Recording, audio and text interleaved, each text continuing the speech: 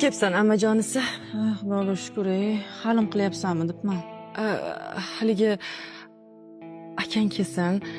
Bizni uyda ovqatni birinchi dadamiz boshlaydilar.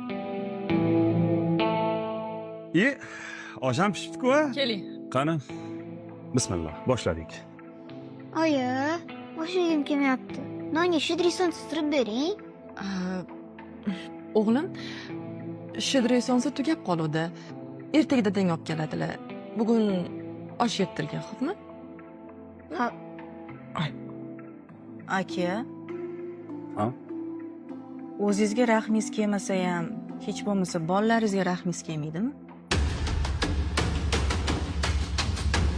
Bolani sariyog' yegisi kelyapti. Mana bu go'shtsiz oshni yegisi kelmayapti, ko'rmayapsizmi? Hamda muzlatgichni to'ldirib qo'ying. Yo nima pulingiz yo'qmi? Yo'q bo'lsa men berib turaman. Lekin bunaqa bolani yaxshi ovqatga zor qilmanglar.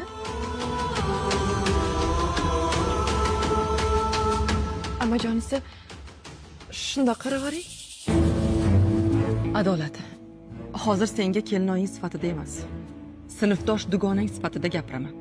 Sen qanday qabul qilasan, o'zing bilasan. Oilamizni boshi, ya'ni seni akang, bizni boqaman deb halol pul topib harakat qilyaptilar. Umrlari uzoq bo'lsin. Har doim ham to'kin dasturxon bo'lavermaydi. Birda unday, birda bunday. Lekin sen kim bo'psanki, oilamiz podshohiga farzandlarimiz oldida dakki berasan? Adolat. Eshit.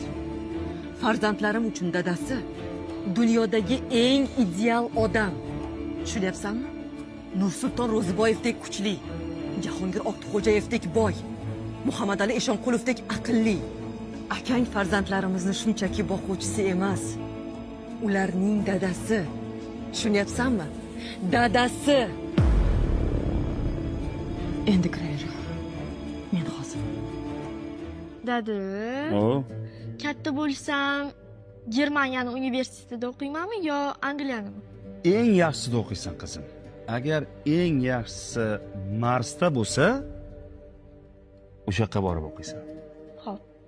Dada, O, qachonga Litvagini olasiz? seni kundaligingdagi 5lar soni 500 ta bo'lgan kuni olaman. Xo'p.